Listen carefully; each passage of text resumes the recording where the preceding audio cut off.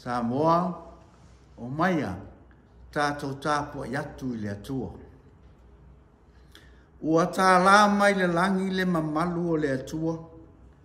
Ua whaalia fo'i e le vani monimo le ngā luenga ona a ao. Lo tau atu le upu I le ita siaso, I le ita siaso. O lo whaailoa fo'i le poto, I le ita sipo, I le ita sipo.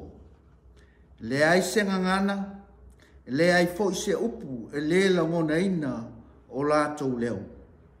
Wo o atu lo lātou leo I le lalolangi uma, ma lātou upu I tulu inga o le atu lau lau. Tātou te talo mo le anganga pa ia. Le atua sili sili e se, le atua o lo feta lai mai pea lava, I le amatanga e o atu le ngata anga o mea uma. Ua whaafetai ma le whaamanu. Ua aulia mai le nei aso fou. Ua whaapopoina le whaitawina o mātou aso. Ma le tele o whaamanianga. Ua fōa I mai. Ua whaafetai a nganga pa ia. Ia e pāpatiso mai I mātou uma. E mātou te ofo ni atua le saunga nei. O le matau ma le loto fou. O le anganga ma le whaamao ni lava. O le suafo Yesu o lo mātou wali I ma le whaola. Ameni. Ia tātou e vi atu le pese. Se lau walu se fulu.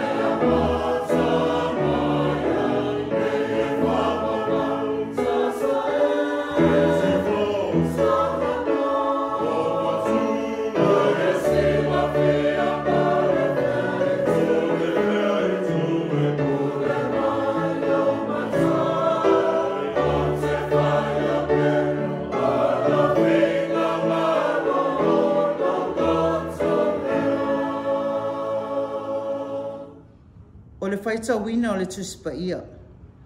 O le tusi whaitau, ua maua mai i le e soto, o le mta upo e se fulu ma le wha, a le whai upo e se fulu ma le tolu, e wha apau mai i le whai upo e se fulu ma le walu, o le a o whaita wina. O na tali atu leo Mose le nuu, aua tau te whewhewe, a ia o tau laulau tutu, ma wa ai atu i leo la tanga mai lea lii, o le a whaia e ia mō o tau i le aso nei. A wā o ai kupito, ia tau te vivi i atu i ai, i le aso nei, tau te leto i loa lava i la tau e whaavavau. O le a tau lea lii mō o tau, ai whaalo longo o tau. O na whetalai mai leo lea lii a Mose, se ale mea wa e alanga mai ai a Taeao. Whai atu le whanaunga Israelu, ia la tau o atu pea ia. A o oe, ia e si i lunga, louto o tau, ma whaalo loa lo lima i lunga o le sami, na e valua i nai. E o atu ai le whanaunga Israelu i te tonu le sami, i le ili te tai mātutu. O a o foi, whaauta, o te whaamaa a ina loto ai kupito, la tō te muli atu foi a te i la tō, e vi ia foi au ona o wharao, malana i tū taua o malawa, ma ona kariota, a toa mana au e ti e solo whanua. O nei loa lea ai kupito, o au lava o lea lii, pe avi ia au ona o wharao, ma ona kariota, a toa mana au e ti e solo whanua. E whamanuia mai lea tua ia i tātou, e ala le tātou whalongolongo ma whaitau i lana tuspa ia. Ia tū maua te pēa ia te ia o lona vi inga, nei se ia o le whaavavau lava. O le tātou la unga le suafa o le atua le tamā, o le atua le alo, o le atua le nganga pa ia. O le tusi whaitau, e soto se fulu ma le wha, whai upu e se fulu ma le tolu, le se fulu ma le walu. Manatu au tū, e tai malanga le atua. Matua, moa ma le whai upu e se fulu ma le tolu. Aua tau te whewhewe, a ia lau tutu i lunga, ma wa ai i leo la tanga, mai le atua. E tai malanga le atua. Na whai e le atua le langi ma le lalolangi i le amatanga. Wa vele tangata ma pale alii o le fofonga. Le afionga le alii wa la tautola wa piai. O afionga fo ia le alii wa o ai le malanga. Ma la tausia le sauninga a le alii e tusa ma le afionga a le atua ia mosi. O le wā luaina o le sami ula ula. Ma wha matia ai kupito ma na au. O se wā venga sili lea o le wha o la tanga mo tangata Israelu. E ala i le wha o la ina o Israelu ai wha umatia ai kupito i le sami ula ula. O wha alia le sili ese o le atua i langa foanga e iai le atua ana mea na whai. O Mose o ia o le taitai o Israelu ai ua tangi atu i le atua po le ale me whai ua lata mai ai kupito. E umaloa le malosi ma le loa le tangata o na whaatangisia leo le atua malona fina ngalo e apa mai. Ua maua aile mamalu o le atua mai a Farao ma ana kariota. Awa ua tai malanga le atua mo Israel. O le sami ula ua whaali aile mana ma le poto o le atua. I le taitaina o lona nu. I mea umalava, e a wai lava o ia, e o ilana fofoanga. Aua e te fefe foi. Awa o manuia o aikupito. Ua maa o lato loto. Ua le whaasa loto ina i lato. Ua whaasa loto ina aikupito e le ali. O le sili ese o le atua i le whenga inga tuai. O le sami ula ula. O le sili ese, o sili ese i le whenga inga fau. O Keriso to tu. Ia tau lau tutu ma vai atu le ola tanga mai le atua. E whai o ia mo o tau le na yaso. Wha ola tanga le atua.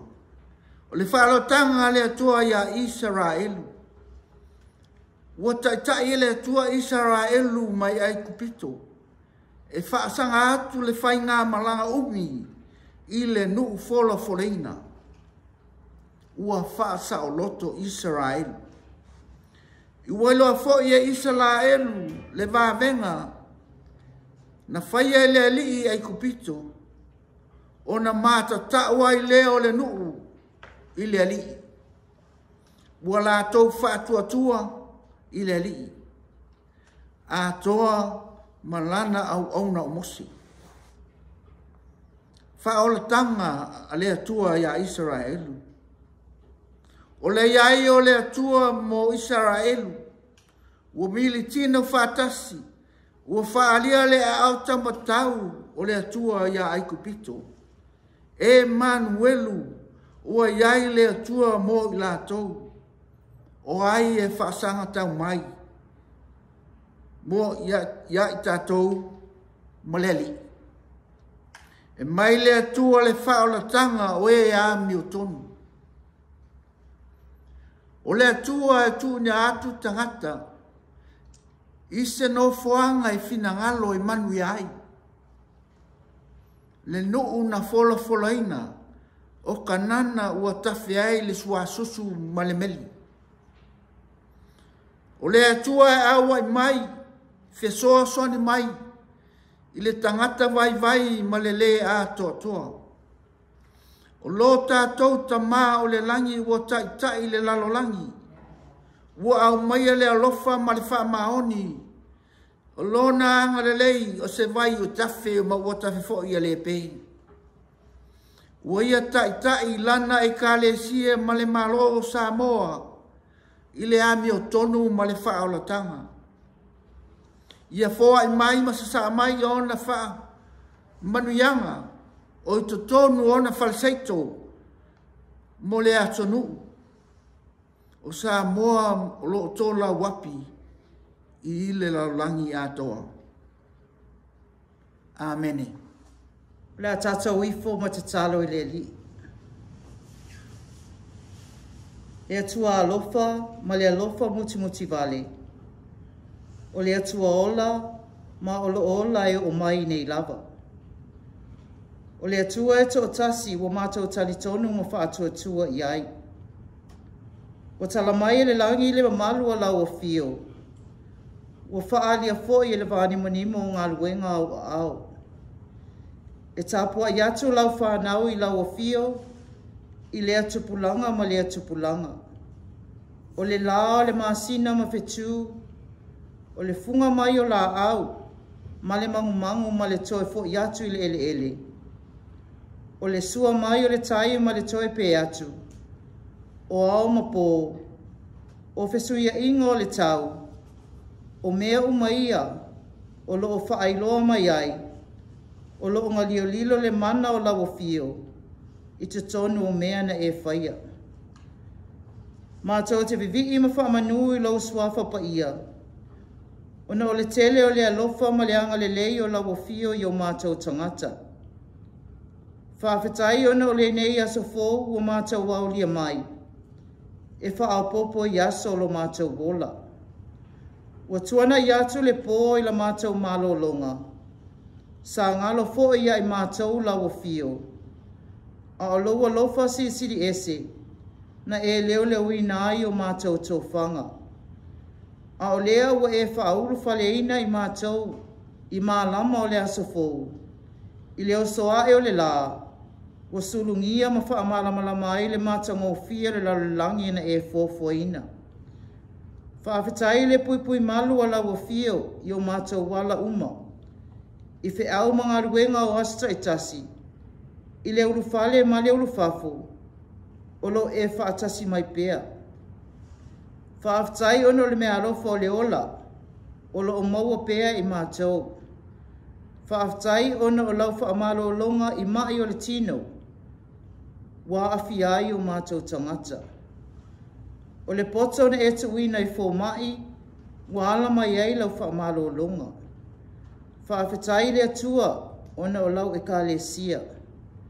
Wa avea ma ai ngā mātou tene nofo ai, mātou te whesota ai, ma le au kerisiano I le lalolangi atoa. E ese o mātou manatu, bo mātou langona. A mātou watasi le silafanga a lau fio. Whaafetai ona o lau tusipa ia, o lo taitai nai la mātou savalinga I la le whaatuatua. Ia avea masulu I o mātou vai, ma malamalama I o mātou wala. Ia o ngā e o ai, e whaatonu ai, e whaapoto ai fo I mātou I le tala le leia Yesu Keriso. Whaafetai le atua, ona o le whaonga ina pea o mātou tangata leanga maleanga sala, e whai mau mea whai ngā ruenga. Whaafetai ona o le alofa, tuu awa noa o laua fio. Po whea lava e se solo ai tangata, a le alofa tau muli o laua fio. Lea e te saili mai ai pea, I o mātou tangata whaale tonu. Whaafetai le atua, ona o whaama whanwhananga, ma whaamanuianga, mea ai vai inu, ma mea e tele, wa e fua ina mai, e au ngai lo mātou wola o asta itasi. Whaafetai le atua, ona o le taulanga tūtasi, na maliu wailo walo Yesu Keriso, ina ia whaola ina le tangata ngasala. O lea ua mātou wole atu, se e alofa ma whaamangalo mai I mātou. O mātou wangasala ma whaale tonu, o lea ua mātou o atu, ma o mātou loto whaanaunau manui lau fio, se e alofa ma whaamama ma whaamangalo mai. O mātou langona lo mātou whaatau waa, ina ua maliu le alo o lau fio, o le tangata na tatau na whaola, ai ua whasiotia. O le tangata na tatau na whaasao loto, a ua whaapalonga ina, ona o mātou tangata leanga.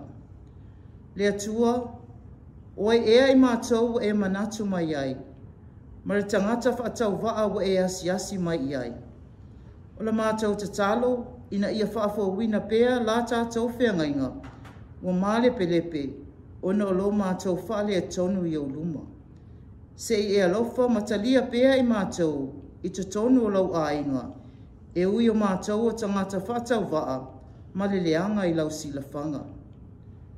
Le atua se e alofa mwhaamangalo mai I taitai o le whainga māloa Samoa. Ua le ai se nofo whealofani ma se ngā lulue whaatasi. Ua le ai se loto whaamangalo o le tasi le isi. Ua tele le manatu whaapito. Ua le ai se vā whealoai o le tasi le isi. Le atua se e alofa whaamangalo mai. Ua mātou tatalo se e whaamangalo I taitai o lau e ka le sia. Se e whaamangalo I taitai o whalapotopitonga ese. Se e alofa whaamangalo I lo mātou loto whaamawalilunga. Ua mātou le fiato I lalo. Ua mātou manatu o mātou ua sao I o mātou wala. Ua mātou tatalo whaamangalo mai mātou o tangata angasala. Ua nao na mātou tau le suafa o lau fio, a ua le tusai mo mātou wala. Le atua whaamangalo mai. Ia avea le tau o lau fio na malingi ifo I lungo le sātauro, e mamangalo ai o mātou wanga sala uma. Se e alofa le atua, se e talia mai la mātou ai o yatu. Le atua, o ai au mātou o iai, pe a whai o ia te oe upo le ola. E whape nao mātou langona lea o mātou wātu ai o luma, se e alofa, se e ta lia mai o mātou manao. O mātou te salo atu mo lau whamanuianga i lunga ia i mātou uma, o lau whanau whaatua i so se i tua le lalulangi. O mātou te salo mo le manuia o whanau ia o onga, o whi au ma Tofi o e wala a wina i ai o mātou tangata, se e alofa ma se e whesoso ani mai i lo mātou vai vai. O mātou te talo mo e o ma mai whale mai ma ainga. O mātou te talo mo tamaiti o tau lafo ina i o lātou ainga, o nisi o mātou oti. O mātou te talo mo ta māmatina mātutua o atu teime whainga tāo la lātou soifuanga, o na ua pula pula la ngoto le soifua, ua pu ea ngō fie i mai o le tino. O mātou te talo mo le taape atu a lau whanau i le nei aso i whi au mga luenga, whaapea o ngā al whanau. Se e alofa le atua, ia whaatasi mai. E iei whalau lawe tu whaafose i le mai loa le tangata, a la mātou te talo, i aru loa i le alofa o lau fio. A o lau manuia, o mātou wole atu, i a ui mai, e leo leo ina ai o mātou wala uma. O mātou manatua i la mātou te talo o so se tasi o lo fia maua lau so soani. O e o mate la ina le fia ai. O nisi ua whaapolonga ina i le pule sa wā tangata. Le tua o mātou te talo atu mo whewaiwai inga o lo fia ngai ma mālo le lalulangi. O la mātou te talo ia wawe o mai le aso. E whai a ele fina ngalo o lau fio i loto maanganga o tangata. O mātou manatua le ngaluenga le ka le sia. O le whaatala le ina o langa o tangata le lalulangi atoa. O mātou te talo na ia whaonga ina pēo mātou tangata whaatau waa. E whai mau mea whai ngā luenga. Le tua sisiri e se, fo e mailo o nganga pa ia, e ta ina o mātou o langa, ma ia fua mai ai, le alofa, o le onasai, o le oli, o le wha maoni. O le ala mātou te talo le tua, o mātou wole wala o tuai nei. Amen. Tātou whai u le te talo.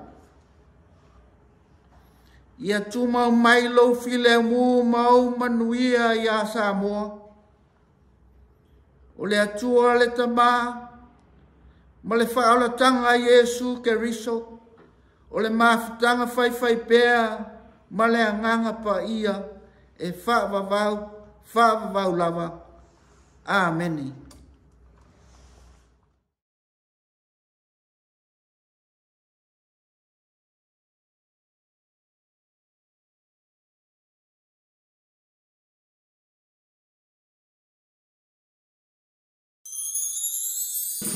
Thank you.